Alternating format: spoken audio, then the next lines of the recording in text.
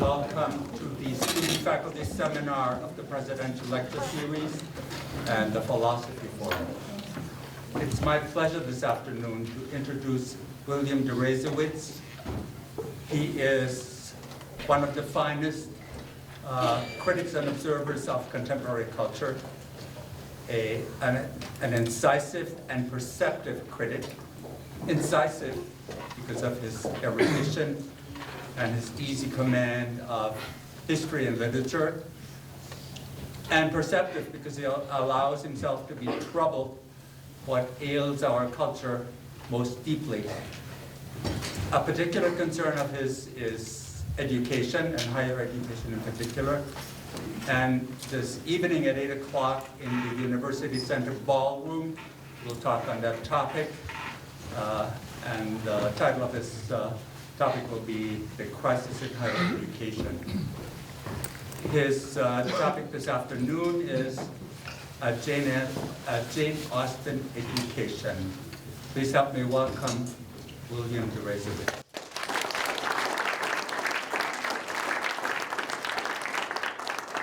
Thank you for that generous introduction. I hope I can live up to it. And thanks for coming and for welcoming me here. I'm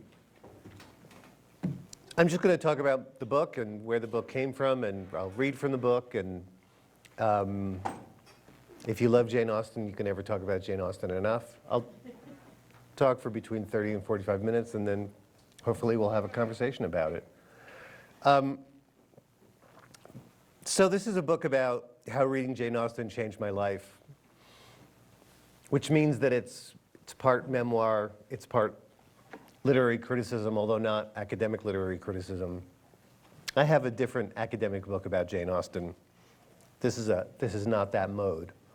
And it's all kind of framed as for lack of a better word, life lessons, or it's been accused of being a self-help book. I don't need to distance myself from that label. I think you need to help yourself if no one else is going to help you. I also think, I'm not going to diverge into the topic of self-help. It's something I'm interested in, and I think maybe someday I'd like to write an essay about it. I think that,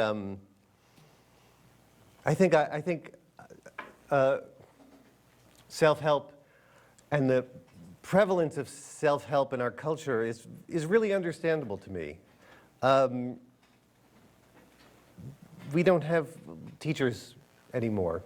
I mean, we have teachers in a professional sense. We don't have teaching.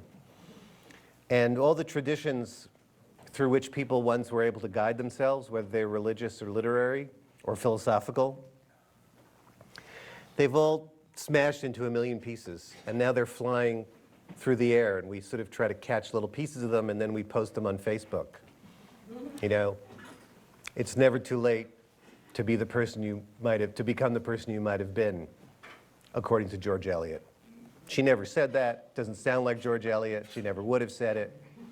In a sense, her life embodies it. But you know, that kind of wisdom that we pass around in little bites of fragments of tradition that have been removed from the context in which they originally came to birth. It makes sense to me. So I don't have contempt for self-help. It's what we have these days instead of philosophy.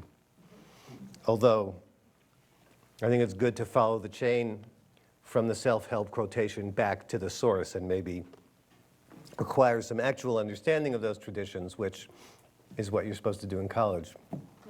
I'm kind of digressing, but there's no actual plan, so I'm not really digressing from anything. So look, I think the best way to start to talk about the book is to, and I think some of the issues that it raises by its very existence, is to tell you where the book came from. And it's actually a moment from the MLA conference, the MLA convention. If any of you are, those of you who are academics, not students but professors, you know those are words to strike fear in any person's heart.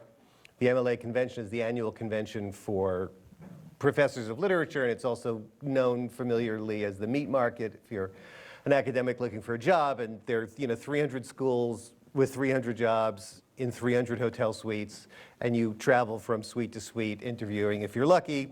And I was at one of these. It was in Philadelphia. It was a job at a school in New York City. And it was actually a big committee because it was sort of two departments had input into this hire.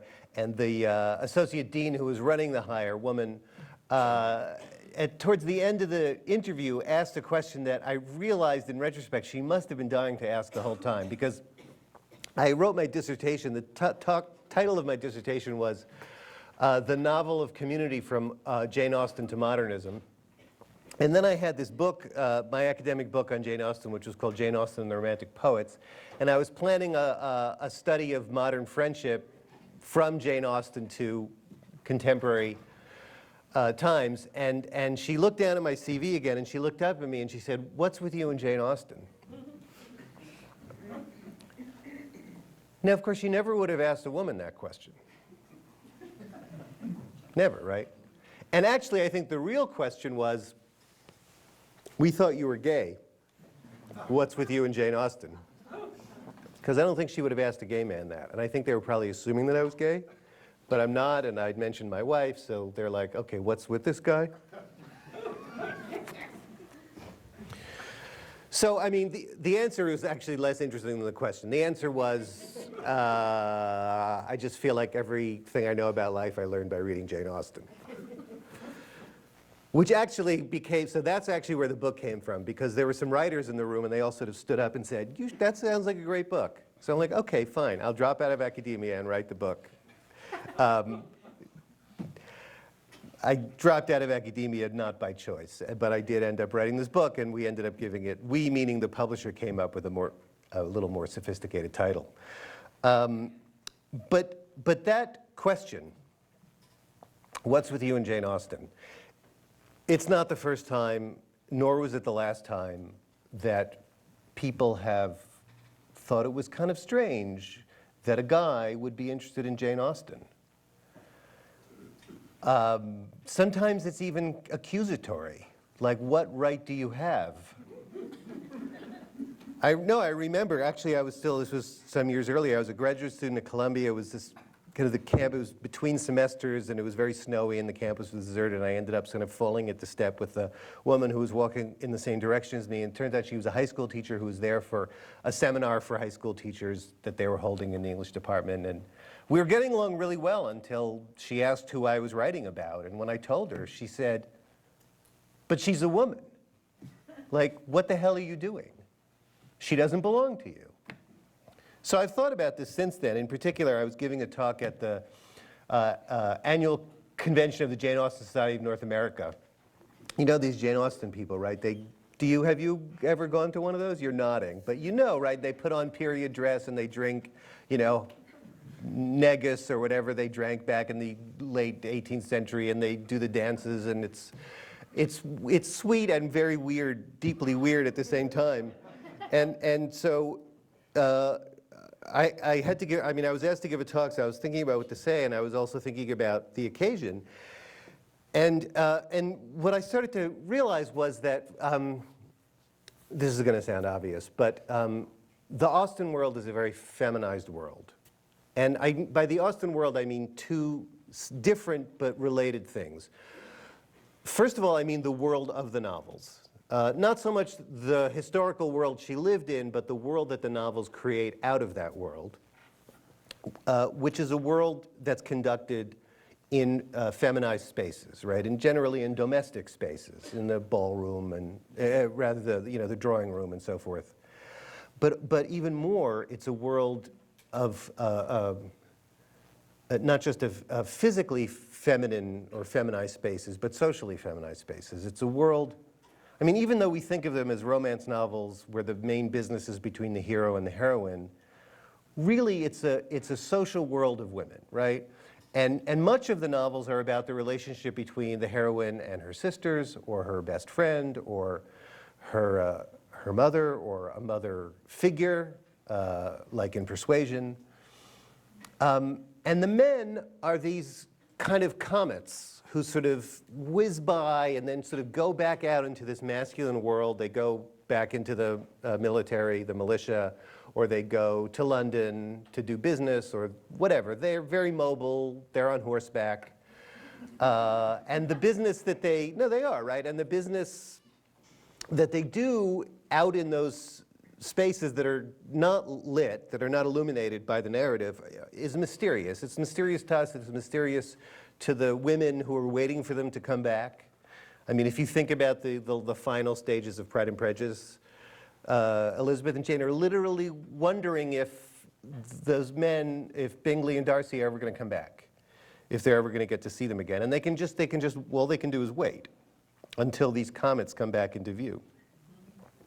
So these are novels about spaces created between women, spaces created by women.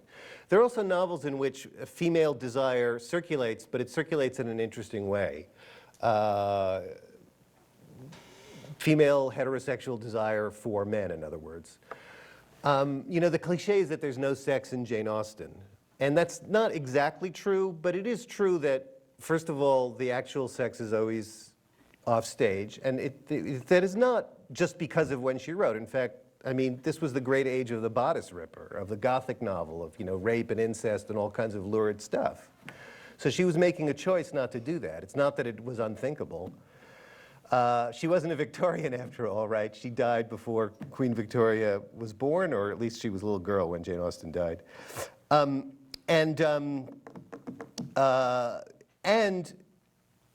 these are women who don't, maybe they're not allowed to express their desires directly, right? I mean, and it's really interesting that we never hear that Elizabeth is hot for Mr. Darcy. We only hear that she's hot for his estate. And I mean, it's ironic, but I mean, the attraction is displaced onto his beautiful grounds at Pemberley, not his you know, beautiful figure. And I think that whether this was Austen's intention or not, and, you know, I mean, she had one of the, I mean, I would never think that any effect that her novel ever has was beyond the range of her intentions, because she was so, I mean, a lot of what I talk about in this book is the way she manipulates us and the way the real medium of her art is our own responses, and that's what she's shaping. But I think the fact that her heroines are not overtly sexual in the way that, say, a Bronte heroine is, enables the reader, which means the female reader, to feel those feelings in an unmediated way. Like, the reader gets to be hot for Mr. Darcy more efficiently because Elizabeth's own desires are not as visible, they're not in the way. And listen, Austen's readers were female by and large. Most readers of novels have always been female. So I'm not saying she wasn't writing for men too, but she could certainly assume that most of her readers were women. So female heterosexual desire circulates in the novels, but it circulates in this really interesting way that ultimately includes the reader, that is to say the implied female reader too. Now, all of this becomes super obvious when you approach Austen the way most people approach her today, which is how? Come on, you know this. Through the movies, right? A lot of, yeah, I mean, sometimes you meet people, even at these Jane Austen things, who turn out maybe not so much to have actually read the novels, which is, or not most of them, which is a little depressing. But the movies, almost without exception, turn her into, you know, they turn her novels into sort of Bronte-esque stories of grand passion with, you know, big, passionate kisses, windswept, swelling music, you know, the Keira Knightley Pride and Prejudice. I mean, none of that stuff is in the original novels. It explicitly makes them about desire in a way that the novels aren't. And I think so. I think that the world of these feminized, the feminized world of the novels has in turn, especially in our day, through the movies, through things like the Jane Austen Society, created another Austen world, which is the world of those who love her, the world of Austen fans, which is also a feminized world because it's also about the circulation of female desire, specifically the female desire for Colin Firth, right? And that's that's a great example. I mean, him plunging into the pool. I mean, and I love when people talk about the Colin Firth Pride and Prejudice, and I'll refer to Jennifer Ely, and they'll say, "Who's Jennifer Ely?" And I'll say, she's the star of the Colin Firth Pride and Prejudice, but nobody seems to know that. And I can't think of another movie where you call the movie by the name of someone who's not the star, except for the Laurence Olivier Pride and Prejudice, the star of which was Greer Garson. But I mean, it was clearly an earlier version, an earlier generation's version of the same thing. So,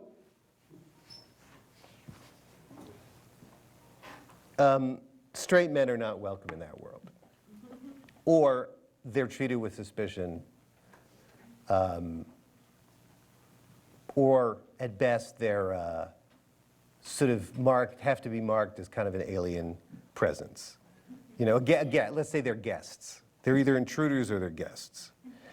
Well, I didn't really think about a lot of that before I wrote the book, although obviously I knew that being a man writing the book, I mean, I knew that that would be interesting and maybe weird, but it is true that what I thought about when I was writing the book is to get people to read Austen differently. I did know that people tend to think of her as the author of these romance novels, as the Austen of the movies, and I wanted to change that. I wanted people not to read her as entertainment, as genre fiction, as romance fiction, as wish fulfillment, but to read these novels in a serious way, which is the way they were written. I think, one of the core sort of greatnesses of Austen's work is that she wrote serious work that doesn't seem to take itself too seriously. But that doesn't mean that we shouldn't take it seriously. I have 6 chapters, one for each novel, and there are also 6 themes. And it's only in the last chapter that I talk about love. And that was quite deliberate, because in the books, too, you only get to love at the end. I mean, you only get to the proposal at the end, but also the heroines only get to love at the end. Because you have to go through a whole set of things before you're ready for that. And the best general term for what you have to go through is you have to grow up. And they're novels about growing up, and all that growing up entails. They're not romance novels. The other issue that I think the existence of the book implicitly raises, and that I was thinking about when I wrote it, is the idea that you can get moral instruction from fiction in the first place. That's really not a cool idea. I have to tell you, and you may walk out when I tell you this, but like in sort of the literary world such as it is, the cool kids, I'm not one of the cool kids, because I have this desperately unsophisticated belief in the moral value of literature. And that's been passé at least since the modernists who preached art for art's sake. The only purpose of a beautiful thing is to be beautiful. Art is an autonomous realm. It's an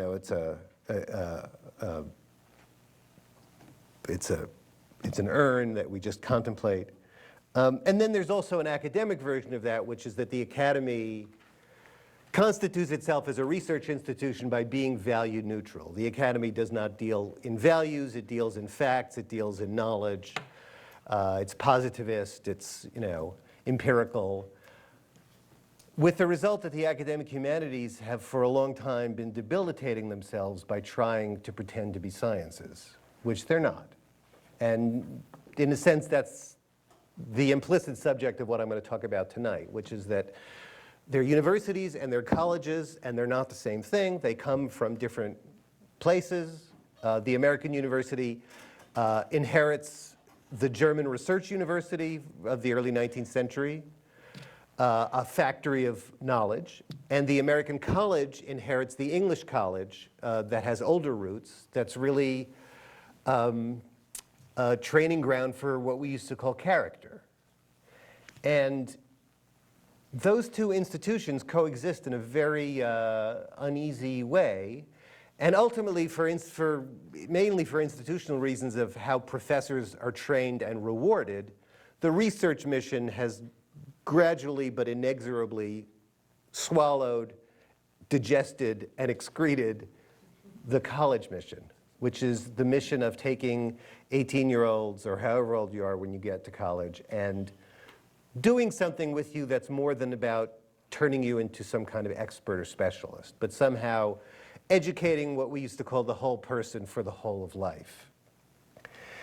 And that purpose is centrally served. In the research purpose, the university purpose, the humanities are the most peripheral, most irrelevant thing imaginable, even more than the arts. Because at least the arts, there's this idea that the arts can be negotiated for cash money, which is a different story. The humanities are useless in that sense. And they really screw themselves when they try to pretend that they're useful, because they're making the wrong argument. The college purpose is the purpose for which the humanities are central, because to me, the purpose of the humanities is to help you grow up, is to help you become a person. It's not about becoming a specialist. It's about learning to reflect on your own experience by thinking about your experience through the experiences, the constructed experiences of fictional characters, which is what I do in the book. I document my history. When I say that Jane Austen helped me grow up, helped me change my life, that's what I'm talking about. I was able to think about my life by thinking about her characters. And of course, in order to do that, I had to jump the species barrier. I had to jump the gender barrier and recognize, well, I'm going to talk about that, and recognize myself in people with different genitals than I have, which you're not supposed to be able to do anymore. That's another story. So all this is terribly passé. You're not supposed to think about literature this way. The truth is, I think, the truth is that the thing that annoys me the most about that position is that nobody actually acts that way. It's completely in bad faith. All of the sophisticated New York literateurs, all the theory-bound Ivy League professors, they all treat literature the way I say that I treat literature. They just don't cop to it, because their lessons may be different lessons. They may be lessons about identity categories, but they're still doing the same thing. I don't think anybody would read literature otherwise. I don't think there's any other point in reading literature otherwise, other than gaining a kind of unique access to other people's subjectivities that in turn enables a unique kind of self-awareness. This, again, is how we grow up. And to me, the central act of growing up is learning that you're not the center of the universe, that other people are as real as you are, which is a really hard lesson to learn or even to remember. But that's really what it's about.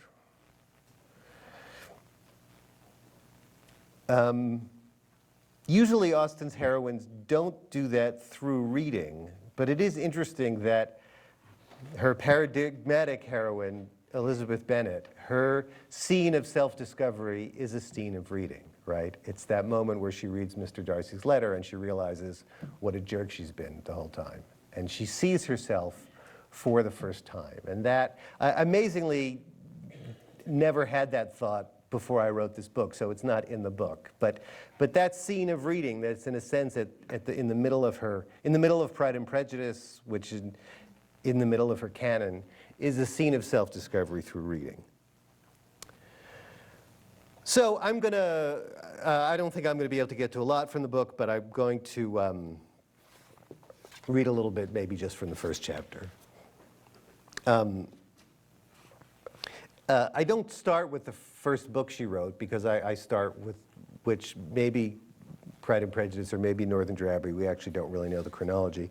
I start with Emma because that's where I started with Austen. And you'll see just how far deep into the darkness I was when I started. So I'm just going to start right from the beginning of the book. I was 26 and about as dumb in all human things as any 26-year-old has a right to be when I met the woman who would change my life. That she'd been dead for a couple of hundred years made not the slightest difference whatsoever. Her name was Jane Austen, and she would teach me everything I know about everything that matters. The thing that takes my breath away when I think back on it all is that I never wanted to read her in the first place. It happened quite by accident and very much against my will. I had been eager, when I'd gone back to school to get my PhD the year before, to fill the gaps in my literary education. Chaucer, Shakespeare, Melville, Milton. I should say that I hadn't been an English major, so really it was all gaps. But the one area of English literature that held no interest for me, that positively repelled me, was 19th century British fiction. What could be duller, I thought, than a bunch of long, heavy novels by women novelists in stilted language on trivial subjects? The very titles sounded ridiculous. Jane Eyre, Wuthering Heights. What does Wuthering mean? Middlemarch. You might as well just call it long, boring novel. Middlemarch. I'm going to put on my hiking boots so I can take my Middlemarch.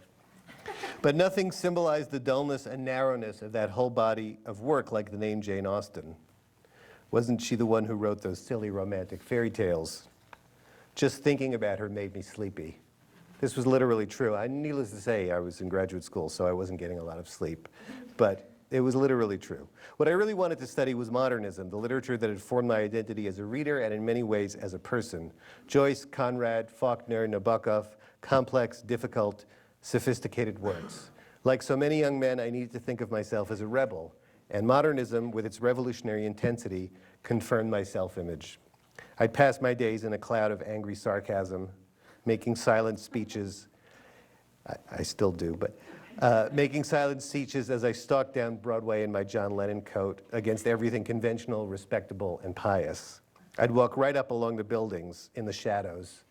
It makes you feel like a rat scuttling for cover, to aggravate my sense of alienation.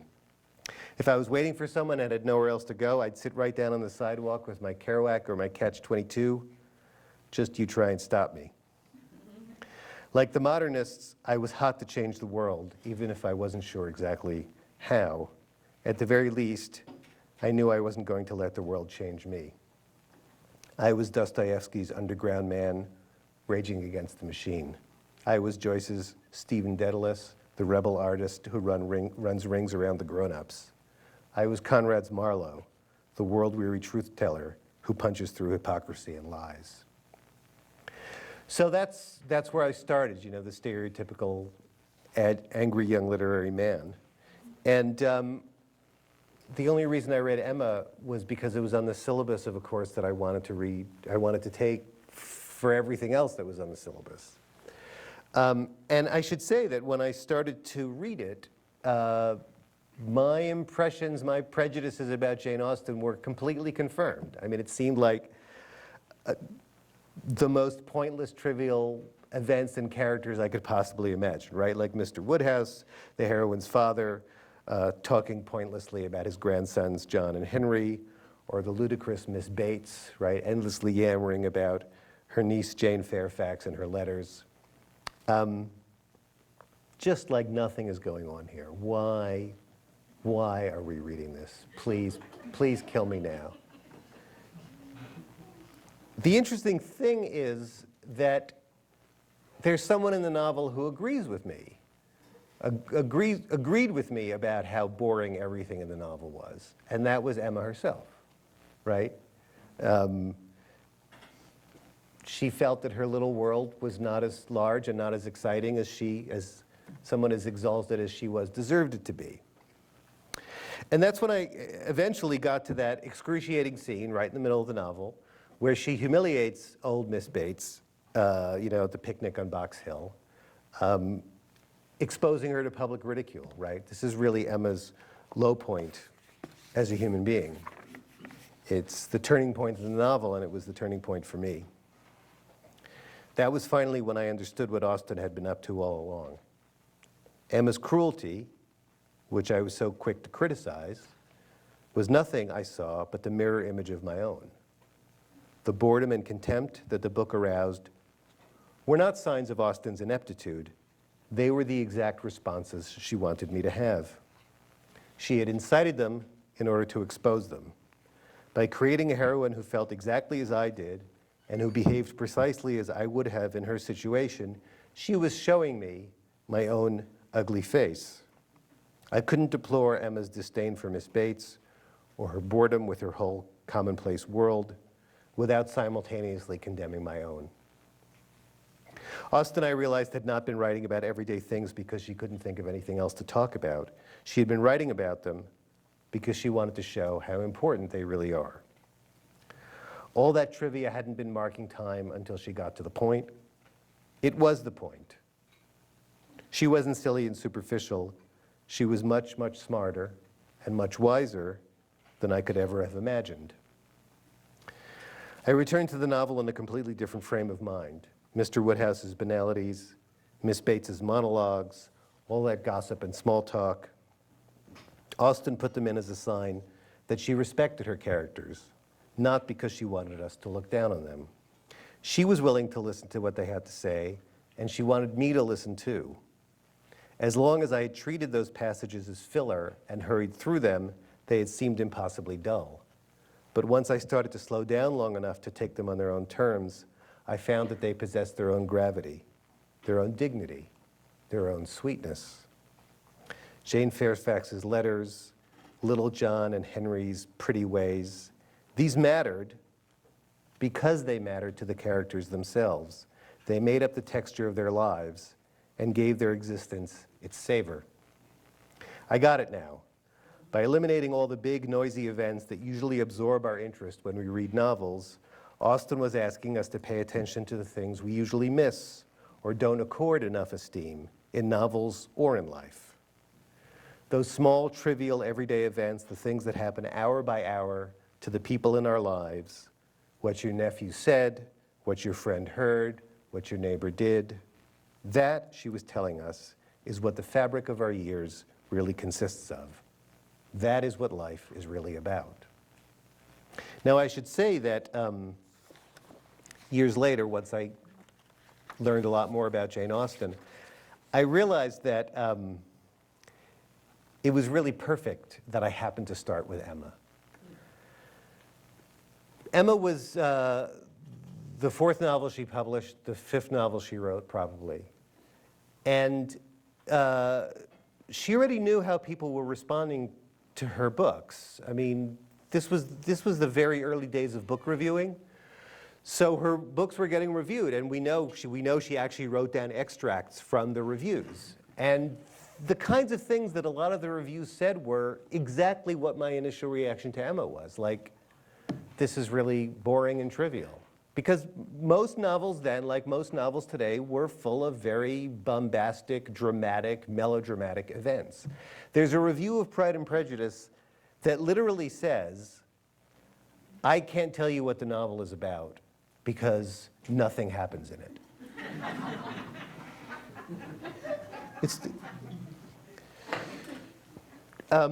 So I think that when she came to write Emma, she was saying, you think my books aren't about anything? I'm really going to give you a book that's not about anything. It's the only book where the scene of the novel never leaves the little place where it's set, and the heroine never leaves the little place where she lives. The truth is that in her other novels, melodramatic events often happen offstage. Pride and Prejudice, Sense and Sensibility, we hear about abductions or attempted abductions or affairs or things like that. There's nothing like that here. She was upping the ante. She was really, this is also why Austen fans are so smug, and I freely admit that we are, because we recognize that you have to get it. It's harder to get her. You have to kind of see what's really going on. It's not obvious. So let me just read one more passage from that chapter, because once I figured that out, once I had that turning point, it unlocked a lot for me. To pay attention to minute particulars, that's a phrase from the novel, to pay attention to minute particulars is to notice your life as it passes, before it passes. But it's also, I realized, something more. By talking over their little daily affairs, and not just talking them over, but talking them over and over, again and again, the characters in Emma were doing nothing less than attaching themselves to life. They were weaving the web of community, one strand of conversation at a time. They were creating the world, the social world, in the process of talking about it. Again, it was Emma herself who had trouble with this. She loved to gossip with her special friend, Mrs. Weston, but when Miss Bates started in, she couldn't get away fast enough. She was the cleverest and best-looking person around, and richer and more well-born than just about everyone else, and she thought she deserved a more interesting life than the one that was on offer. Like a bad reader, she was looking for intrigue and adventure, but all she ended up doing was cutting herself off from the people around her. And as a result, she cut herself off from herself. Like me, she was numb. She couldn't feel what she felt or know what she wanted.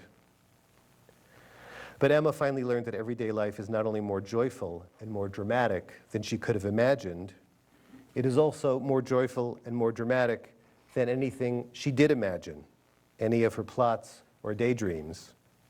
With those, she just played at feeling. But dull old, trivial old, everyday life, that is where feeling truly lies. Emma's life finally became real to her, and in reading about her life, I felt mine finally becoming real to me. Sleepwalking through my days just wasn't going to cut it anymore.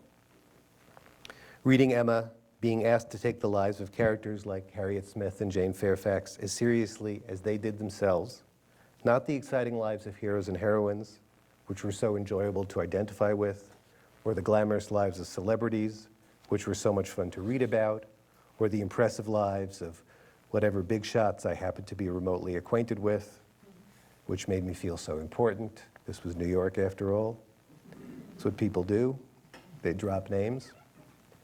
But the everyday lives of ordinary people, which matter for the sole reason that they are lives, made me finally begin to take my own life seriously. Not that I hadn't always taken my plans and grand ambitions seriously. What I hadn't taken seriously were the little events, the little moments of feeling that my life actually consisted of. I wasn't Stephen Dedalus or Conrad's Marlowe. I was Emma. I was Jane Fairfax. I was Miss Bates. I wasn't a rebel. I was a fool. I wasn't floating in splendid isolation a million miles above the herd. I was part of the herd. I was a regular person after all, which means I was a person. So that was the beginning. And then it went on from there. I think that's enough for a presentation now. And I'd like to hear your thoughts and your questions.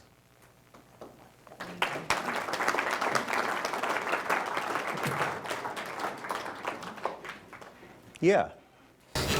Once you figured out how to look at Jane Austen's world, and you've taken time to familiarize yourself with it and yourself, did you find yourself able to look into other worlds, other artistic or literary worlds? Sure. I've seen a kinship between Jane Austen and the films of Renoir, Ozu, Romer. Mike Lee, maybe? Sure. Yeah. So have you found other worlds opening to you? Yeah, I never really thought about that, but I mean, first of all, it was the first time that I had that kind of reaction to a female author and found myself identifying with a female character. Ironically, the second chapter of my dissertation was about Middlemarch, so another female author. But I think that that's right. I think that there's that great, I talk about this in a different chapter, there's that great scene in Northanger Abbey where where he teaches her to love a hyacinth, right? And he says that I forget, he says the habit of loving is the thing. Once you learn to love a hyacinth, then you can love other things too. I think that's right. I think that's what you're talking about, yeah.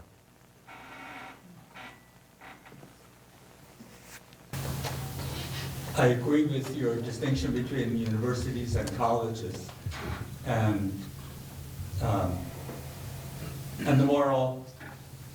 the greater moral value of college education.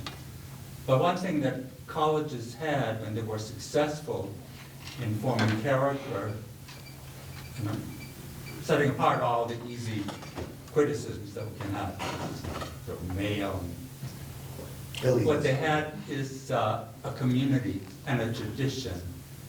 And can you have character formation when that tradition and community spawn and all you can say, well, find your own. I found Jane Austen, you find yours, because doesn't it undercut the notion of character formation, because you're really saying, I mean, you may be thought to be saying, I'm not, that it's a smorgasbord, pick whatever you want to, right? And then the sort of seriousness that I think only a community and a tradition can provide is gone. So it's a hard, I don't think there's an easy answer to that question.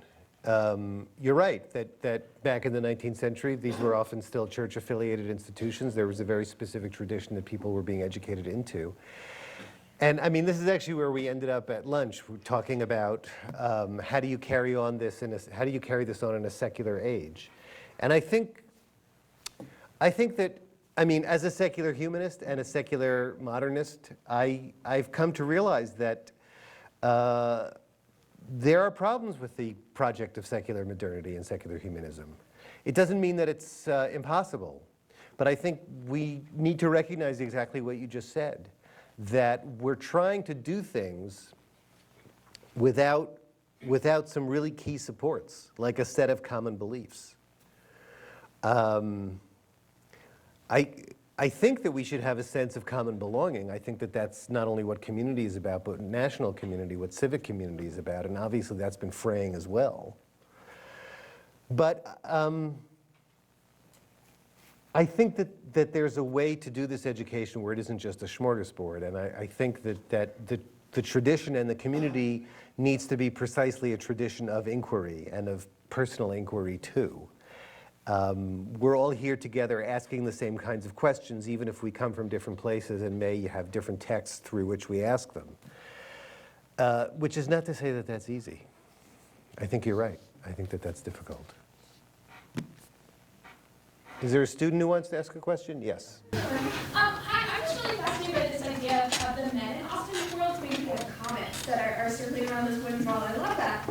And I was wondering, how has your performance of gender or your ideas of masculinity and being a man changed from identifying with a character like Emma? Because as a woman reading Austen, so much of the experience is about learning about femininity and learning about ways in which women have always subverted gender norms, even in the British society. So how has your idea of gender changed throughout your transformation? Well, it changed a lot, and I do talk about this a lot in the book. I mean, just the fact of cross-identifying, which is something that only women are supposed, they're forced to do because all these books have. I mean, that was huge, and so it's beginning to break down that barrier, but also.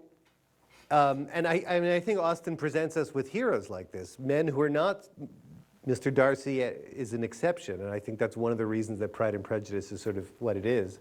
But a lot of her heroes are feminized, or at least they're not stereotypically masculine, and they're often posed against someone who's more stereotypically masculine. So that it's about redefining what strength is, redefining what courage is.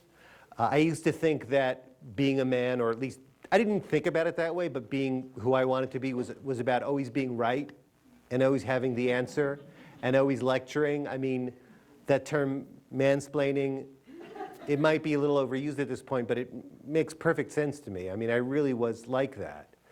And reading her really helped break that down. It wasn't the only thing, but it really helped break that down for me. But listen, I mean, I alluded to this earlier. I have a lot of problems with the way identity politics is practiced and with what's come to be called political correctness. And one of the biggest problems I have is that it often stands in explicit negation to this idea that we can understand people who are supposedly different from us by reading about them, listening to them, and it segregates us into identity categories across which vectors of understanding cannot cross. You can't understand me because I'm an X. I think that's not only a fallacious idea, but really a hateful one. And I think that we need to not reinforce that through our pedagogy, which doesn't mean that we shouldn't teach about gender or gender roles. I think we should. But I think we shouldn't reinforce that kind of ideology of separateness through our pedagogy. You gave us an interesting set of insights from Emma, who might be one of Austen's most empowered heroines. So maybe you could share some thoughts about education from Fanny Price. Maybe the least empowered? Right. I don't talk about, right, so so the Mansfield Park chapter is about my rich friends in New York. I sort of fell into this crowd of kind of New York prep school, sort of affluent, that I really aspired to join until I realized what creeps they were. And then I realized, and I hadn't, I hated Fanny Price, I hated Mansfield Park. I have to say, I still don't like, I think either you're an Elizabeth Bennet person or you're a Fanny Price person. I actually think, listen, I think that Fanny Price is designed to be unlikable. I actually think that, so she wrote drafts of Pride and Prejudice, Sense and Sensibility, Northern Drew Abbey when she was younger, and there was all this upheaval, and she tried, Northern Drew Abbey was purchased by a publisher and not published, and it was a big setback for her. And it was only as a kind of a mature adult that she went back to her manuscripts. And she revised Sense and Sensibility, published it, revised Pride and Prejudice, published it, and then she started her first original novel since she was a young woman, and it was Mansfield Park. And I think it's sort of an anti-Pride and Prejudice, because she takes Elizabeth Bennet, who is both admirable morally and really smart and fun, and she splits her in half. And you get Fanny Price and Mary Crawford. And who wouldn't want to hang out with Mary Crawford, right? She's really fun. And she's really cool. And she's really a jerk. So that's what I talk about in the chapter. I mean, I think it's about learning to see past superficial charm and value goodness, even when it's not attractive in any sense, right? I mean, Fanny Price is a pill. She's the one thing I would say about her that I think it took me a long time to see is that she's also very passionate. It's just that her passion is suppressed, right? She literally can't speak, right? There's that scene where she's just mouths the word no. So yeah. And sorry to ramble on, but I mean, I think one of the lessons, and I think this is actually my academic book, but I mean, I think the lesson that novel teaches its characters and ultimately its reader is that you can't have it all. I mean, she very deliberately gives us as readers not the ending that we want. And she forces us to accept, and she's explicit about that if you remember at the end. It's like, take as long as you need to get used to this. It's literally what she says in different language. You can't have it all. Whereas everybody loves Pride and Prejudice because it really does give us every wish fulfillment. Yeah. Yes, I detect in what you say a certain, what I would say, called a form of romanticism, which is very touching and that I respect a lot. And that brings me to the two quick questions.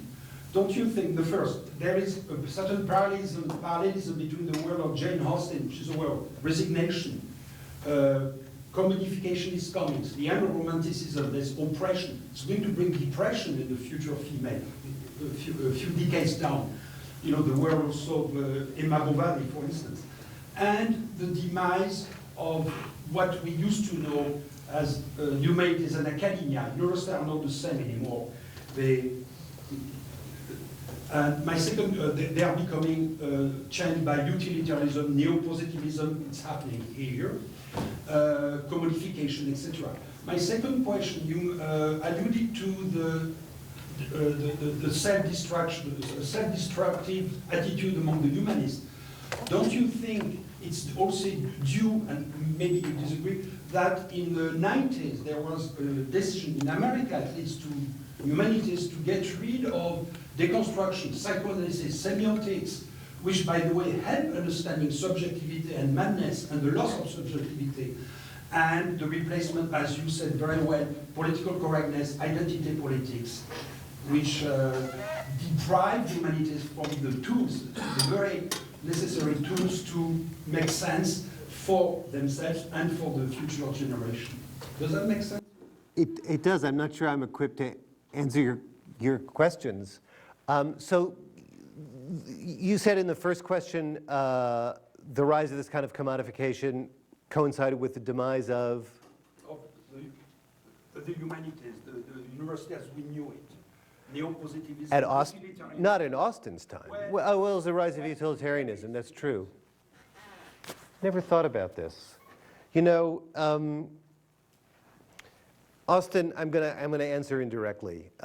Austen is often taken to be non-responsive to the historical circumstances that she lived through because she doesn't write about the Napoleonic Wars and the French Revolution.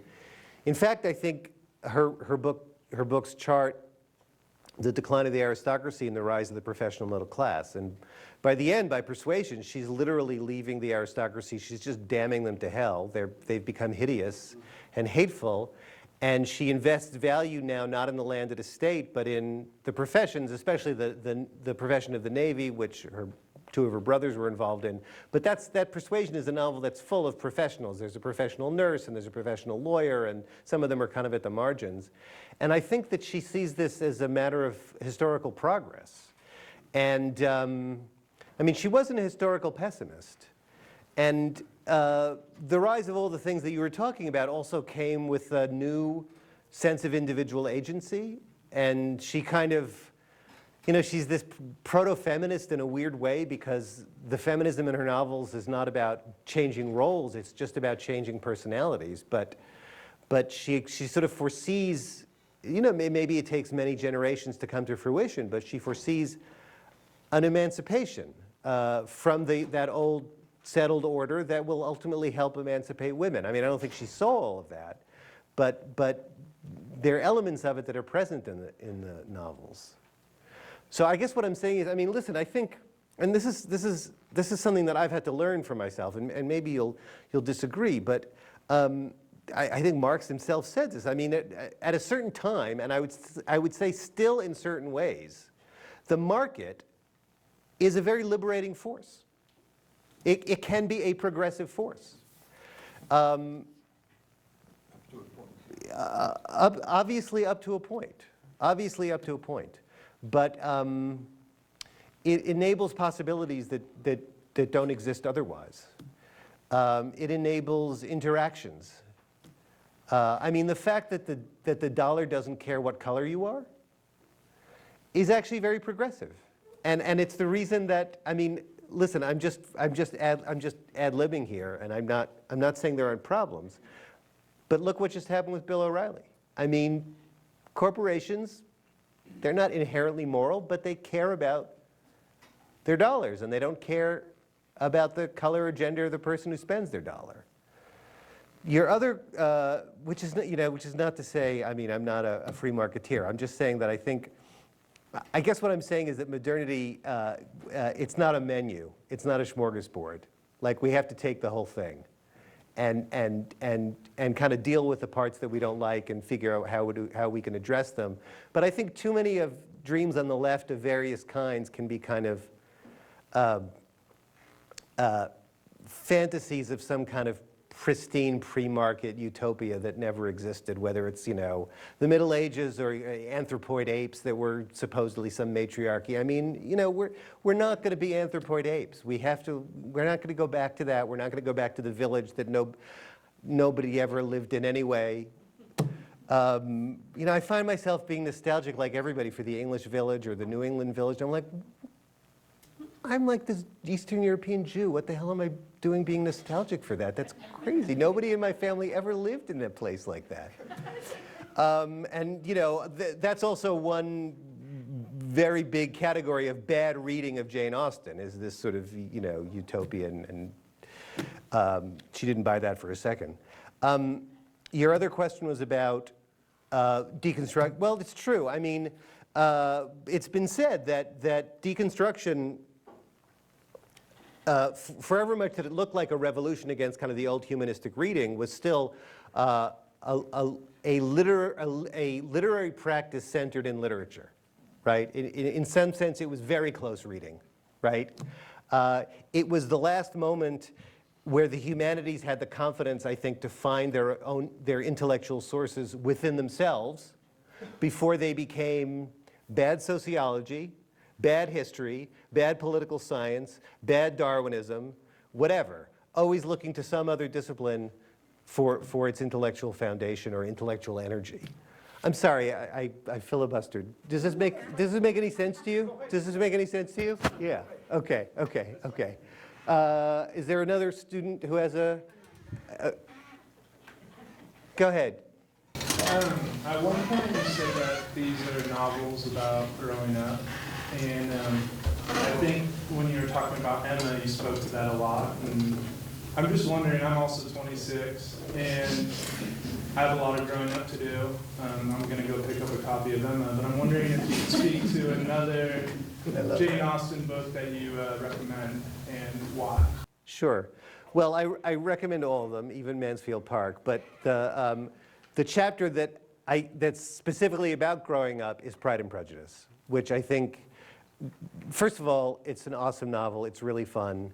The language is, funny and sharp, and the characters are remarkably well drawn. I mean, they're sort of eternal. This is why sometimes with some hyperbole, she's sort of the female Shakespeare, because in her power of creating characters, she sort of has that. She's at that level. And it's really in a very specific, very sharply drawn way about someone who grows up, about someone who you want to identify with because she's really smart, she's really funny, she tells people to go to hell even when she's not supposed to. And then, I won't give it away, but she finds out, well, maybe there's some limits here, and that's sort of the making of her adult self. I will say that it's always really painful growing up in Austen, and I think growing up in life. There's a word that keeps coming up in her stories of growing up that I put in the book, and a lot of the editorial people who read through the manuscript kept flagging this. They did not want me to use the word. And the word is humiliation or humiliating. It's humiliating. The heroines grow up when they have an experience of being humiliated. Because somebody can tell you 1,000,000 times that you're being a jerk, but until it really matters to you, it really exposes you, I think it's not going to change you. And then certainly that was my experience, and that tends to be the experience of her heroines. Sometimes of her heroes, too. So yeah, other guy in the same row. Oh yeah, hi. We had coffee earlier, yes. You spoke about how literature provides us with unique access to other people's subjectivities, and how we can reflect on those and learn from those. And I think that all kind of falls under this umbrella of the tradition of reading. What happens when the tradition of reading moves into this convenient realm of skimming, and people lose access to learning from other subjectivities? Where can we find optimism going forward? I never promised optimism. I never signed on for that. Hope maybe, but that's not the same thing. Yeah, that's a really, I mean, I hate to be one of these old farts, kids these days, blah, blah, blah. But you know what? It's not just kids these days, it's everybody these days. And listen, I think it's an irreplaceable cultural and personal resource, long written narrative. I mean, we still do it. It's often more memoiristic now, which I think can be a problem, but it can certainly be very powerful. We're great at film narrative. I think that can provide some of the same things. I think maybe it's not quite the same. You know, I mean, things get lost to history. Things get lost to culture.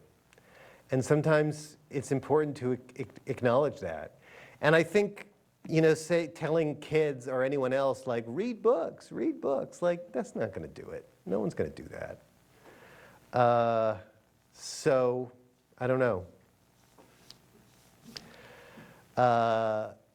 So, I mean, listen, you know, mandatory literature courses, I mean, can be horrible to teach because, I mean, if people don't want to be there, that's horrible. But I think, as we were talking about nature also. I think the way to convince people of the value is to have them go through that experience. And then a certain percentage of them will have that experience and realize, I want to have this experience more and more. This is giving me a kind of pleasure that's much deeper than the skimming I'm doing. But to get people through that door can be really difficult. Well, I'm sort of fascinated with this, what I see as a shift that happened from the pre-Renaissance to modern times and kind of in a nihilistic way met its demise, sort of. And this idea that prior to the Renaissance, art was created primarily for religious purposes, be it as a sort of fetish artifact or, a church. And so it was commissioned, and the artists were doing the work of God. They were necessarily unknown. They were part of the guild. They didn't get to be famous. And then we have the shift, and I think Jane was sort of at a specific point in that shift where, like you said, people were starting to pay attention, and so there was a little bit of literary criticism going on. And then we shift from this worship of this individual who's not necessarily part of something bigger, and we're all learning how to read, and we're all seeing lots at that point. You didn't have to just go to church to get educated. So how do we sort of reconcile this idea that art really had an inherently moral, utilitarian purpose prior to technology kind of taking over and saying it's not utilitarian anymore, or leading to that, to now having to say, but it is utilitarian because we need that morality, and we maybe even need a godless morality to guide us in life. I mean, that's kind of where... Well, look, I mean, I think what started to happen around Austen's time, Romanticism, was precisely, I mean, with that great book about Romanticism called Natural Supernaturalism. It was about religion without God, and it was a religion of art, and it was very, later it was called aestheticism, and it was a very powerful idea, and people went to hear Beethoven or Wagner and had a religious experience, and it was a religious experience without God. And in a sense, it's why we have English departments in the first place. I mean, so I think that well, so this is what actually this is what I'm saying, right? So what I'm saying is that there was a very well established, very well recognized post-religious kind of secular art-based spirituality, literature-based spirituality that was also heavily institutionalized in the academy, but not only the academy. Post-war, Leonard Bernstein explaining symphonies on television and the great books clubs, and I mean, it was a big part of American middle-class life after the war. So it's not that we have to figure out what that looks like, because we had it. But it's what you're saying. It's that now, for all kinds of reasons, it's the internet, it's sort of the dethroning of high culture in the 60s, The war on education. Yes, all of those things. There's hatred of education at certain levels of our society, but disrespect. I think that that's true. And/or an idea that education is purely utilitarian, right? It's about producing human capital for the job market. And in that, if that's the purpose, why do you need the humanities? So then how do we reclaim that? That's a good question. I mean, I think one way to reclaim it, I think one outcome of all of this paradoxically turns back on itself because it's a complete loss of historical memory.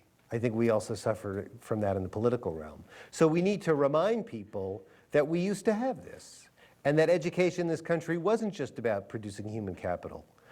And it had to do with citizenship and civics, and we were talking about this at lunch too, great public universities in every state. Marilyn Robinson writes about, driving through the cornfields, and all of a sudden there's a university, and it's got a library with 1 million books, and it was founded, 1883, when there was nothing but farmers around.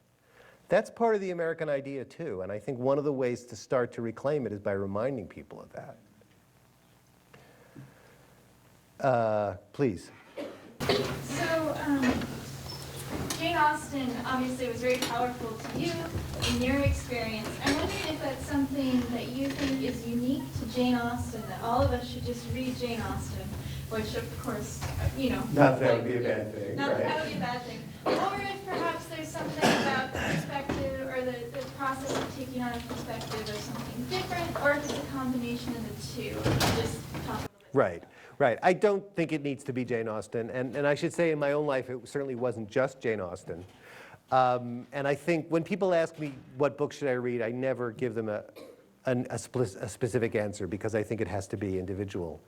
I do think it's true that Austen in particular was creating her books as a form of moral education. I think there's no question about that. And I think that it's sort of harder to,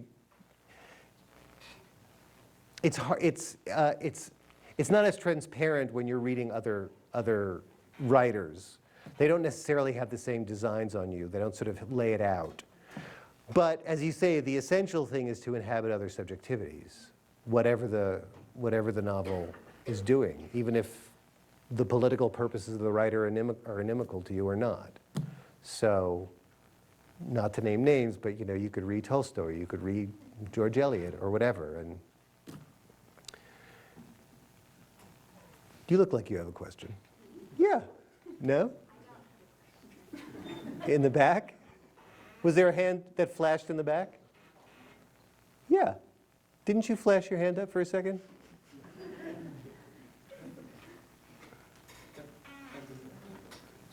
Going back to the excellent question of the young lady. Sorry. You guys all? That's okay. My students do this all the time. They raise their hand and they say, do you have a question? And they say no. But I intended to ask you, and this just popped into my head. So given what you're positing about the possibility of literature for character formation and so forth, I'd like to sort of pose the negative of that. Are there novels people shouldn't read? Or I mean, I have some candidates, but we could hear yours. Well, I mean, sort of what sort of evil like Celine or or Houellebecq or some sort of someone who's going to like corrupt you morally by. Or just unhelpful. Well, there are lots of bad novels. Well, no, that's not what I. Well, what are you thinking of? I mean, I recently read, as an adult, The Catcher in the Rye, which I decided after I read it had to be the most overrated novel in the American literary canon. I found Holden to be absolutely insufferable.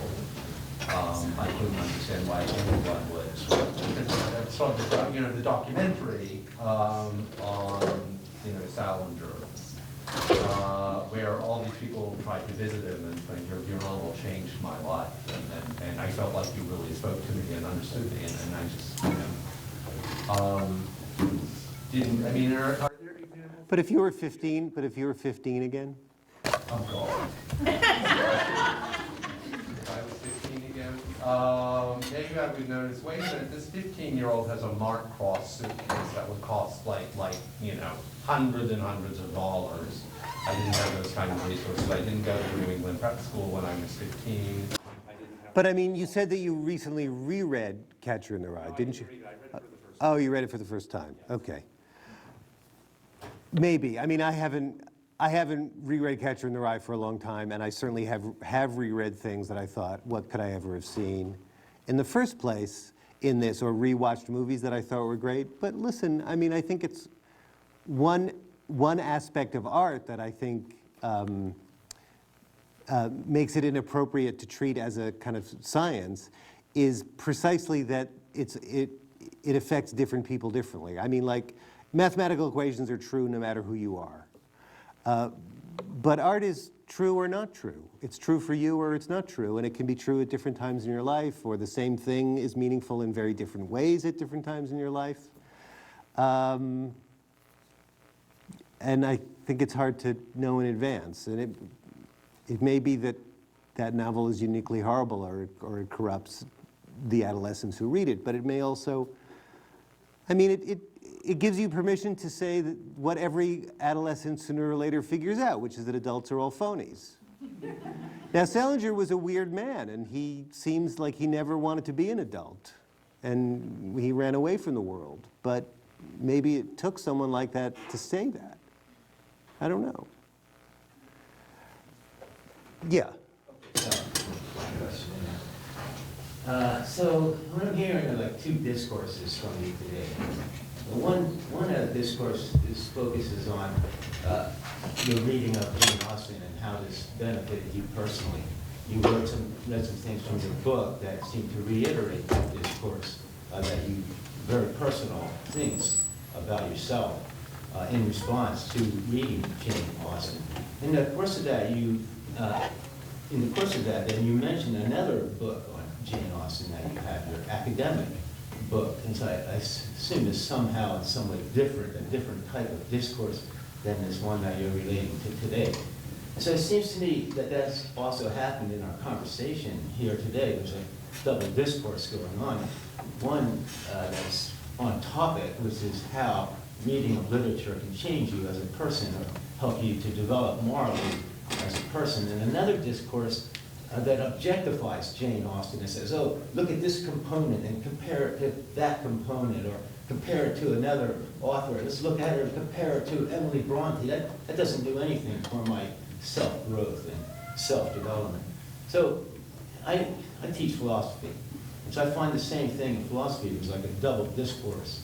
One discourse is abstract and theoretical and very interesting to me, but not too interesting to my students. And then another discourse is that comes out of the history of philosophy that was focused on personal development and moral growth and development. And that was really the purpose of that other more abstract discourse, was to have it focused on how I can become a better person and how I can learn to live in this world and so forth.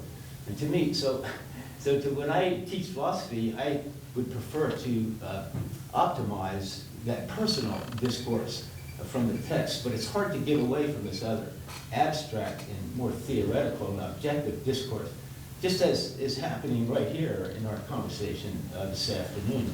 So my question to you then is, as a professor and a teacher of English, what do you do in the classroom, or what suggestions might you have pedagogically to move the discourse to something that's more meaningful to students rather than being an objectified? Well, this is the answer from my own practice, and it may not actually transfer to philosophy.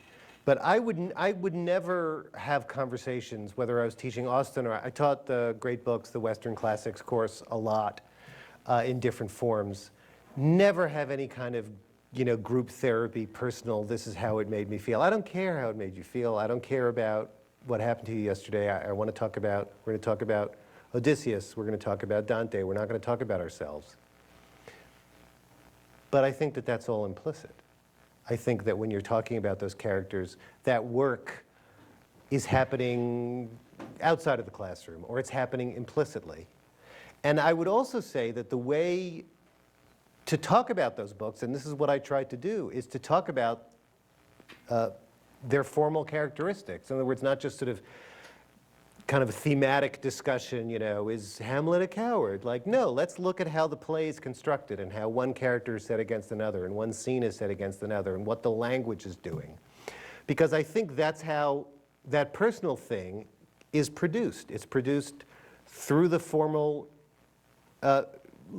means, you know, literary means, right? So I think what I'm saying is that by talking about the works as literature, what you're calling maybe an abstract work, you're getting at what the books are saying about what it means to be human, for lack of a better term. And then by talking about that, you're implicitly helping students think about themselves, think about the people in their lives. As I said, I don't know if that translates to philosophy. I suspect when you're talking about moral philosophy, it would translate. It would translate very well. Political philosophy, you know, you can talk about, you know, Plato's warnings about democracy, and democracy, one of the pitfalls is tyranny, is demagoguery, without having to necessarily drag in current events. I mean, I think it's probably better if you don't.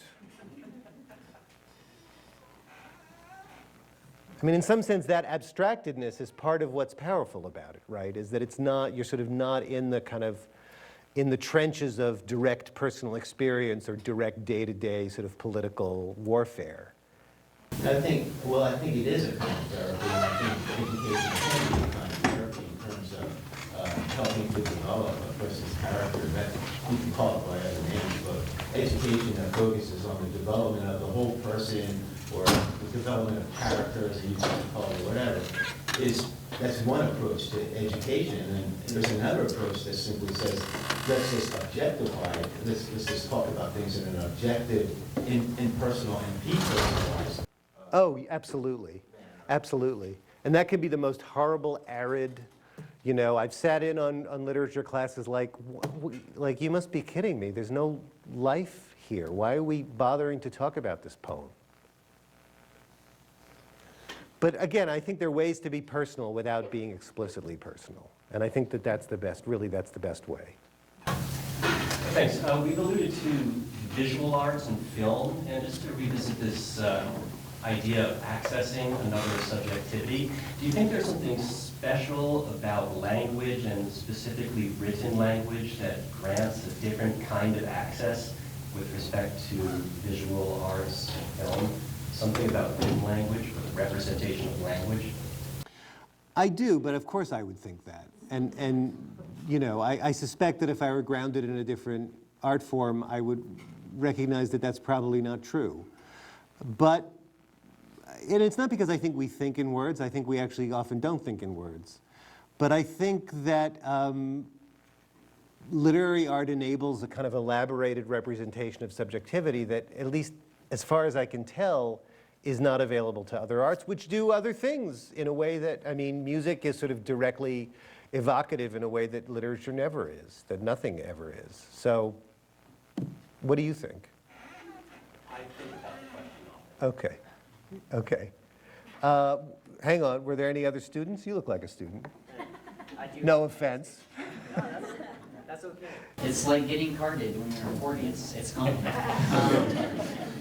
So I have two unrelated questions, but the first of which has been addressed by others from different angles. So you mentioned earlier that part of writing the book was raising again the notion that we can derive moral instruction from literature. And I'm wondering if you see other forms of art, or what you think, what fields have claimed to be the successor to that sort of moral instruction, detaching as much as we can the question of whether they're worthy successors from that. And then my second question was, what do you see as positive, if anything, in identity politics? Because it does come out of a place that tries to acknowledge, and by acknowledging, change or rectify these policies or these systems that have excluded and devalued people or groups of people from notice and consideration and discourse.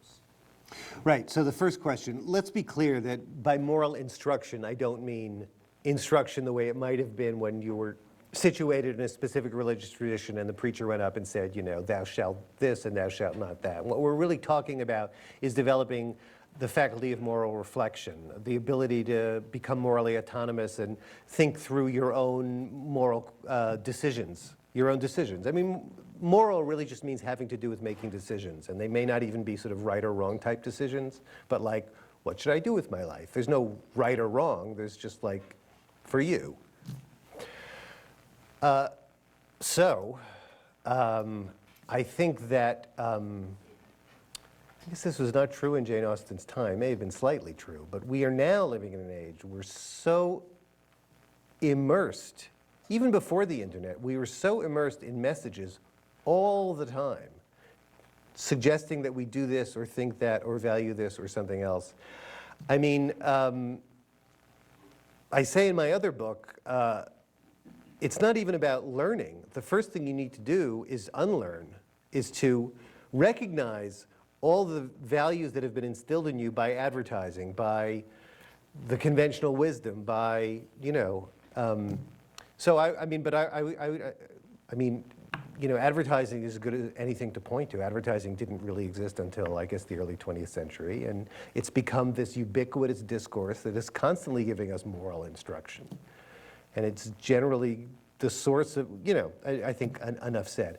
About identity politics, I think the good thing about it is absolutely that it drew attention to groups whose experience had been excluded.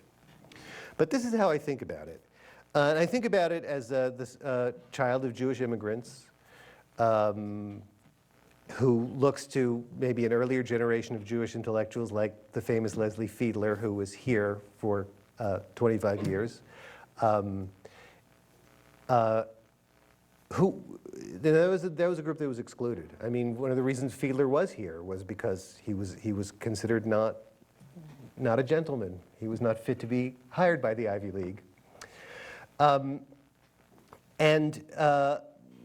Those Jewish intellectuals, and they weren't just Jewish, you know, Italian, Catholic, whatever, said, I'm not going to let myself be excluded from this. I'm going to insist on my right to participate in civic life, in cultural life, in the Western tradition. I'm going to shove my way in.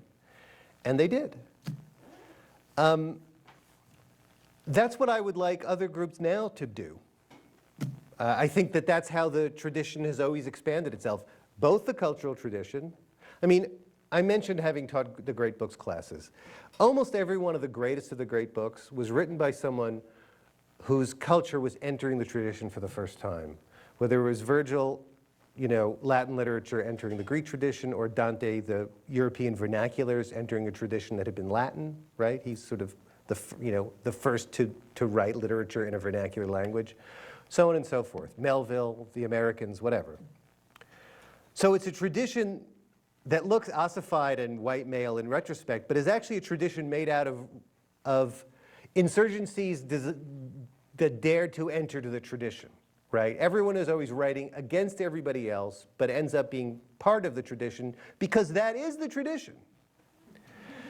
And, you know, women writers, African American writers, I mean, I think that's what James Baldwin was doing. Where I think it starts to go wrong is where, instead of doing that, identity politics says, we're going to stay separate. We don't want anything to do with your tradition. We reject your tradition. We reject the idea that you can understand us or that we can understand you. We don't believe in the Enlightenment, so we don't believe in liberal democracy, which is the tradition. Sorry, to finish that previous thought, that happens culturally and it happens politically. America sets up this democracy, but it's a democracy of white male landowners. And then it expands to all white men, and then to all men, and then to all adults. Because inherent in the structure of the thing itself, even though the people who founded it excluded all of those groups, they created a structure that enabled those groups to force their way in. But when you negate the tradition itself, whether it's liberal democracy or the Western idea, the Western idea of culture, whatever, then the tradition ceased to exist. And we can't talk to each other, and we can't defend higher education, humanities. We can't defend liberal democracy. One of the reasons that I believe in teaching the great books, and these would go for the Western philosophical tradition too, which I don't know well enough to teach. I never taught it. But they are the cultural and political foundations of our country, right? I would never ask a Chinese person to read Locke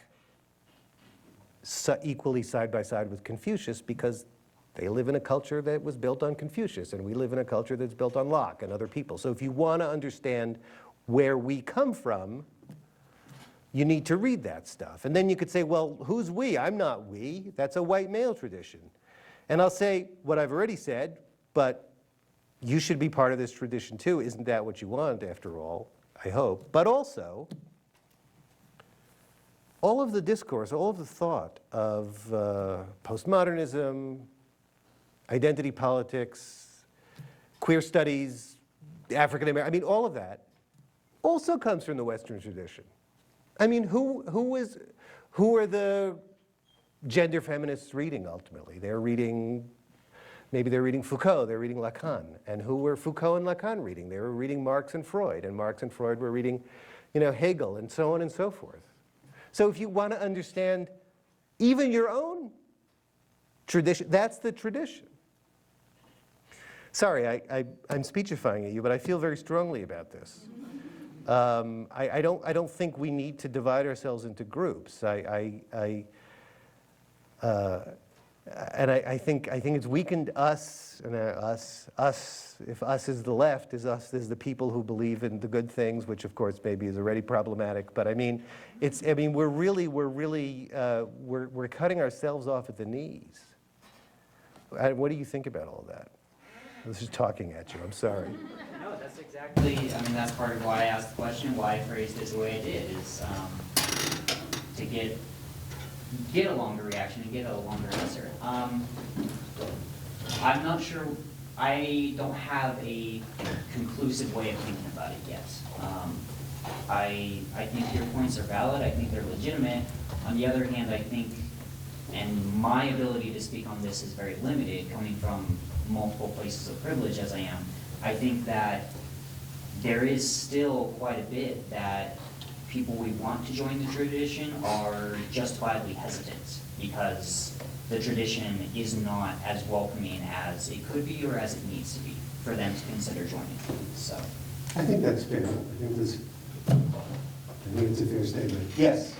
If you could go back in time and ask or say to Jane Austen anything you want, what would you say or ask her? And what do you think she would tell you? Oh my